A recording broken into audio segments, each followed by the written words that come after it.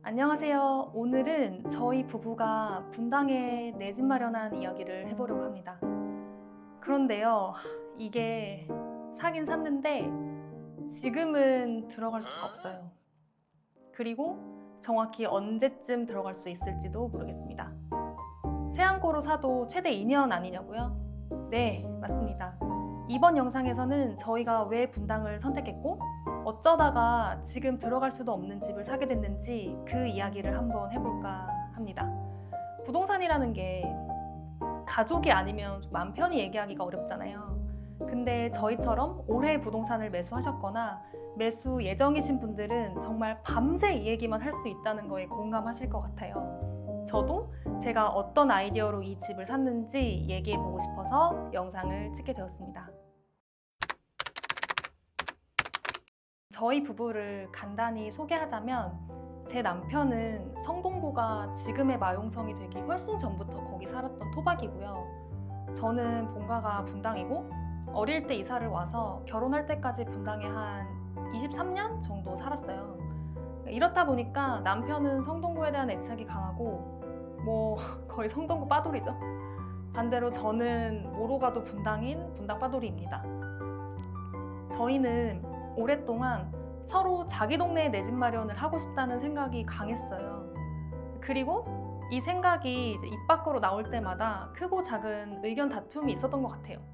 그러니까 어느 순간부터는 거기를 살 수 있고 없고의 문제가 아니라 그냥 서로 내 동네가 더 살기 좋다를 인정하게 하고 싶었던 것 같아요.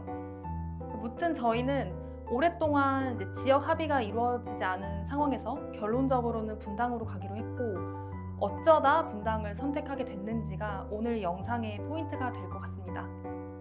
저희는 학생 때부터 오래 만나다가 결혼한 지는 이제 3년이 좀 넘었고요. 둘 다 7년 이상 직장 생활을 했고 아이는 아직 없고 그동안 열심히 일하고 돈을 모으고 또 굴려서 올해 드디어 양가 부모님 도움 없이 내 집 마련을 했습니다. 왜 성동구가 아닌 분당을 선택했냐를 얘기하려면 먼저 왜 지금 집을 샀는지부터 얘기를 해보면 좋을 것 같아요. 저희는 지난 4년 동안 정말 상여마녀만 하다가 우여곡절 끝에 올해 집을 샀는데 제가 4년 동안 뼈저리게 느낀 게 하나 있다면 집은 내가 살 수 있을 때 그냥 눈 감고 사야지 안 그러면 이게 계속 못 사더라고요. 그동안 제가 겪은 부동산 시장을 좀 말씀드리면 저는 2020년부터 부동산에 눈을 조금씩 뜨기 시작했어요. 그때가 이제 제가 사회초년생이어서 재테크에 관심이 되게 많을 때였거든요. 근데 하필 이제 20년, 21년은 저금리랑 그 코로나 유동성 장세 콜라보로 부동산이 이제 완전 열풍이었고 정말 회사에서도 다들 집 얘기밖에 안 했어요. 그러니까 자연스레 저도 관심이 많이 생겼겠죠? 그때는 정말 너도 나도 다 집을 사는 거의 광기였고 또 갭투가 유행이라 소액으로 집을 사는 친구들도 좀 있었거든요. 아마 저처럼 이제 19년도, 20년도에 사회생활을 막 시작한 사회인들은 처음 맞이한 부동산 상승기였을 거예요. 그리고 공교롭게도 그때가 이제 집값이 완전 고점이었죠. 그리고 22년도는 저희가 한창 결혼 준비를 할 때였는데 당시는 금리가 조금씩 오르던 시기라 이제 집값이 고점에서 약간 좀 꺾일 때였어요. 그러니까 실행력 있는 사람들은 이맘때 이제 내 집 마련을 많이 했고 저희도 집을 먼저 사고 결혼을 하냐 이런 얘기를 했었는데 근데 저는 가격이 이제 한참 오를 때 이 시장을 처음 접한 거잖아요. 그러니까 와 이거 완전 상투다. 이 생각이 정말 뿌리 깊게 박혔던 것 같아요. 그러니까 당연히 살 생각을 못 했죠. 그리고 그 이후 저희한테 좋은 기회가 한 2번 정도 있었던 것 같은데 첫 번째가 이제 바로 그 다음 해 23년 초에 집값이 정말 많이 떨어졌었거든요.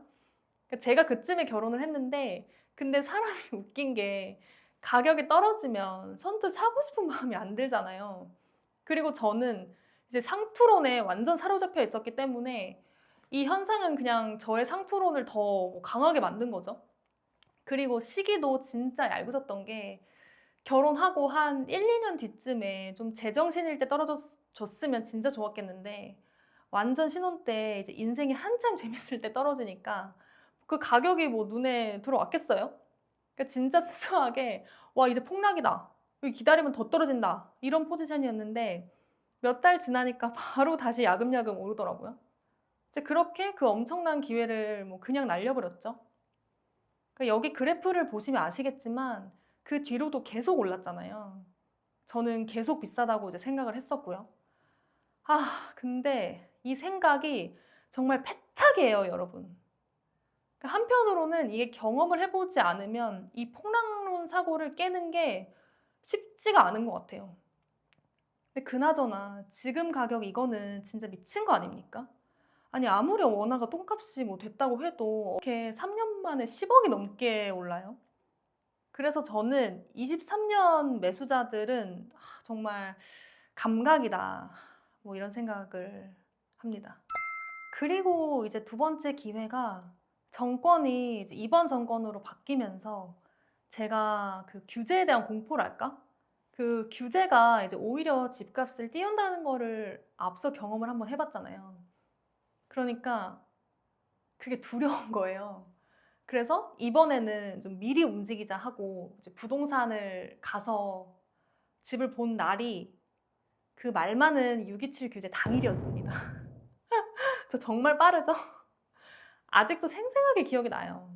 그날이 금요일이었고 저희가 그날 집을 되게 많이 봤는데 사람들이 막 종이 같은 걸 들고 막 뛰어다니는 거예요. 그러면서 부동산 사장님이 갑자기 대출이 안 나올 수도 있을 것 같대요. 그리고 집 가서 뭔 내용인가 봤더니 아니 내가 이제 좀 집을 사려고 하니까 대출을 막아버리대요. 그때 저희는 갭도 생각을 하고 있었는데 갭도 뭐 다 막힌 거예요. 나 이번에는 좀 빨리 움직였다 내가 생각을 했는데 제가 제일 늦은 거예요. 그렇게 한 번 또 놓치니까 이게 집에 대한 스트레스가 이제 정말 장난이 아니더라고요. 그리고 솔직히 저는 그 6.27 규제가 바로 다음 날부터 시행이 됐고 너무 좀 과격해서 이게 집값이 좀 잡힐까 하는 약간의 기대감도 솔직히 있긴 했어요. 그러니까 이때까지도 상투론을 아직 완벽히 깨지 못한 거지. 근데 웬걸. 지금은 그때 저희가 뭐 성동구나 분당에서 보고 다녔던 집들은 아예 쳐다도 볼 수 없는 가격이 돼버렸어요. 그러니까 무튼 제가 이런 크고 작은 아쉬운 경험들을 좀 몇 번 해보고 나니까 요즘 뭐 전월세 대란이나 공급 절벽 같은 상황이 예전에는 안 느껴졌다면 이제는 진짜 공포로 느껴지더라고요. 그래서 집을 사는 뭐 좋은 타이밍? 물론 있겠죠. 근데 내가 그걸 잡을 수 없다면 내가 살 수 있는 괜찮은 집을 만났을 때 그때가 뭐 최적의 타이밍이다. 이런 교훈을 얻었고요. 그리고 또 요즘 주식 장이 계속 좋았잖아요. 그러니까 이 돈이 언젠간 부동산으로 넘어올 텐데 그렇다면 나는 언제 넘어가야 되나 뭐 이 고민이 저는 항상 있었거든요. 그래, 지금 한창 좋을 때 뭐 수익 실현하고 남들보다 먼저 움직이는 것도 나쁘지 않겠다. 이 생각도 한몫했던 것 같아요. 그래서 이번에 저희가 그런 집을 또 만났고 이번에는 절대 놓칠 수 없다 생각을 해서 그냥 눈 딱 감고 샀습니다. 저희가 분당을 선택한 이유는 심플한데요. 어쨌든 저희 목표는 예산에 맞는 이제 가장 좋은 걸 사는 거였는데 분당에서 나름대로의 답을 찾은 거죠. 그러니까 성동은 진짜 관심이 있던 곳은 너무 많이 올랐고요. 또 예산에 맞는 곳은 남편조차 확신이 없더라고요. 그러니까 분당은 어쨌든 제가 오래 살았으니까 각 동네마다의 컨셉을 누구보다 잘 알고 있었고 그래서 선택에 대한 확신은 좀 있었던 것 같아요. 그러니까 사실 뭐 성동이나 분당이나 진짜 가고 싶었던 곳들은 이미 이제 넘볼 수 없는 가격이 됐고 그마저도 무리를 했어야 됐는데 이제는 뭐 그 무리조차 이제 불가능해졌잖아요. 그렇다고 뭐 그동안 봐온 게 있는데 눈을 낮추자니 너무 아쉽고 그리고 저는 지금의 이 정책 기조를 볼 때 어설픈 걸 사면 앞으로 갈아타기가 쉽지 않을 수도 있겠다는 공포감이 되게 컸던 것 같아요. 그러다가 찾은 게 분당에 이제 리모델링 아파트였어요. 그러니까 현재는 이주 중이라 들어가 살 수는 없고 공사 기간은 뭐 4년을 예상하지만 얼마나 걸릴지는 아무도 모릅니다. 그러니까 저는 이 아파트를 작년부터 보긴 했었는데 근데 사람이란 게 하이닉스 30만 원을 일 때는 쳐다도 안 보다가 100만 원이 넘어가니까 막 미친 듯한 포모가 오잖아요. 그러니까 여기도 크게 관심은 없었는데 리모델링이 확정이 된 순간 집값이 막 진짜 미친 듯이 오르는 거예요. 그러니까 이제 막 갑자기 눈에 막 크게 들어오기 시작한 거죠. 근데 그때 제가 생각을 한 게 너도 나도 다 좋아하는 건 못 사. 근데 여기는 오른 가격이 그래도 내가 작년에 다른 곳에서 보던 그 가격대야. 그러니까 물론 리모델링은 이제 분담금 외에 뭐 기타 비용을 다 포함한 게 가격이긴 하지만 분담금은 지금 당장 내는 돈은 아니니까 어찌 보면 저희에게는 지금 이만한 입지를 이 가격에 살 수 있는 방법이 이제 리모델링 뿐이었고 그동안 내가 놓친 기회들을 만회하는 최선의 선택이자 방법이었다. 그렇게 생각을 합니다.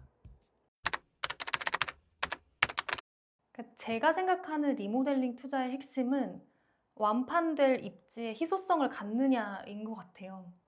그러니까 저희가 매수한 아파트는 저의 본가랑 한 블럭밖에 차이가 안 나요. 그러니까 뭐 이 동네의 분위기나 뭐 장단점에 대해서는 어느 정도 알고 있었고 물론 뭐 100% 만족스럽진 않지만 입지에 대한 의심은 크게는 없었어요. 또 분당에서의 신축은 이제 너무나도 귀하기 때문에 적어도 손해는 안 보겠다라는 확신이 있었습니다. 그리고 이제 제가 생각하는 리모델링 아파트의 매력은 크게 두 가지인데요. 첫 번째는 급매를 잡을 기회가 많다는 겁니다. 그러니까 보통 급매를 만나려면 정부 정책으로 물량이 쏟아지거나 금리가 갑자기 급등해서 집주인들이 못 버티고 뭐 던지거나 그게 아니면 매일 부동산만 들여다보는 게 아닌 이상 보통의 매수인이 급매를 잡기는 쉽지 않다고 생각하거든요. 근데 이제 리모델링 아파트는 이주 공고가 나면 구조적으로 수요는 적고 공급은 많은 타이밍이 있어요. 왜냐하면 매수인은 지금 당장 뭐 들어가서 살 수가 없으니까 어쨌든 기회비용이 생기고 이게 심리적으로도 현실적으로도 굉장히 큰 허들이거든요. 그러니까 반면에 매도인들 중에는 꼭 팔아야만 하는 사정이 있는 분들이 있어요. 그 중에는 정말 끝까지 버티다가 못 버티겠다 싶어서 싸게 던지는 경우도 제가 여러 번 봤거든요. 그래서 일반 매매보다는 매수인이 가격을 협상하기가 유리한 구조라고 생각을 해요. 실제로 리모델링 매물은 전입신고 기한이 정해져 있고 주담대를 받으려면 전입을 꼭 해야 되잖아요. 그러니까 기한 내에 이제 대출을 받아야 되는 매수인도 급하고 2주 기간 내에 꼭 팔아야 되는 매도인도 마음이 엄청 급하거든요. 그러니까 이 양쪽의 니즈가 맞아떨어지는 순간 시세보다 저렴하게 매수를 할 수 있는 틈이 있더라고요. 그러니까 저 같은 경우는 또 운이 좋게도 그 다주택자 양도세 중과 유예 때문에 다주택자 매물도 같이 나오는 시기이기도 했어요. 그래서 공급이 이제 꽤 많은 상황이었죠. 그리고 두 번째 매력은 분담금입니다. 리모델링 아파트 투자를 검색해 보시면 분담금에 대한 얘기가 정말 많은데요.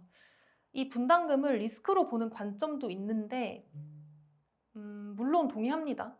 근데 저는 이 리스크를 감당할 수만 있다면 오히려 강력한 레버리지라고 생각을 했어요. 그러니까 저는 기본적으로 감당 가능한 수준에서의 대출은 최대한 받아서 최대한 좋은 걸 사야 된다고 생각하는 주의거든요. 그러니까 요즘 같은 대출 규제 상황에서 매매가에 따라 차이는 있지만 어쨌든 주담대는 6억이 최대 한도잖아요.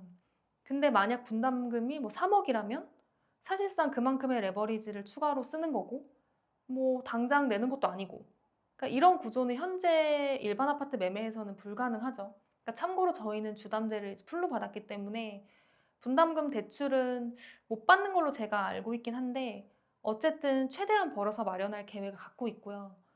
근데 이게 제 계획보다 이제 더 늘어날까 봐 그 부분은 상당히 두렵긴 하죠. 아직까지는 후회는 없지만 앞으로 후회하는 상황이 적지 않게 생길 수도 있다고 생각해요. 이게 요즘 금리가 미쳤잖아요. 뭐 금리를 안 올릴 이유가 없다고 하죠. 그러니까 제가 두려운 건 어쨌든 금리가 오르면 당연히 뭐 추가 분담금도 늘어날 텐데 그러니까 저는 제가 감당할 수 없는 수준까지 이게 늘어날까봐 그게 제일 걱정이죠. 근데 어쨌든 저희는 선택을 했고, 이 선택을 하기 전에 이제 모든 기회비용을 다 계산해 봤어요. 그러니까 먼저 지금 가진 돈으로 대출을 풀로 받아서 이보다 더 좋은 걸 살 수 있냐? 그거는 불가능해요. 그러면 적당한 걸 사서 시세 차익을 보고 이와 동시에 모으는 현금을 투자하면 이 아파트가 완공될 시점에 그 가격대를 내가 살 수 있냐?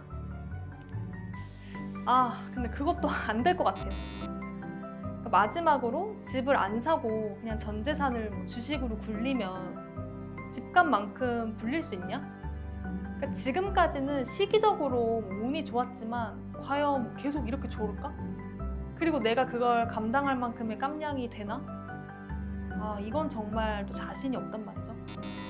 그렇다면 이 선택은 감당할 자신이 있냐라고 하면 물론 힘들겠지만 이제 목표가 어쨌든 명확하기 때문에 할 수 있을 것 같더라고요. 그래서 더 이상은 이제 머뭇거리지 말자 하고 결정을 했고, 이제는 이 결정에 정말 최선을 다해 집중해 보기로 했습니다. 그러니까 저희의 성향 자체가 약간 좀 목표지향적이라 어쨌든 결정은 했으니까 오히려 마음은 좀 편해진 것 같아요. 네, 오늘은 이렇게 우여곡절 끝에 저희 부부가 내 집 마련을 하게 된 이야기를 해봤는데요. 그간 저와 비슷한 상황을 겪으신 분들은 제 이야기에 공감을 많이 하실 것 같아요. 그리고 아직 내 집 마련을 고민하고 계신 분들은 저희의 경험을 참고하셔서 보다 현명하고 후회 없는 선택을 하시길 바라겠습니다. 그럼 다음 영상에서는 저희가 이제 자금 계획은 어떻게 세우고 있는지, 리모델링 투자는 어떻게 하는 건지, 그리고 그동안 제가 하고 싶었던 여러 가지 다양한 이야기들을 하나씩 풀어볼 예정입니다. 그럼 오늘 영상 끝까지 시청해주셔서 정말 감사드리고 오늘 하루도 좋은 하루 되시길 바라겠습니다. 그럼 또 봬요.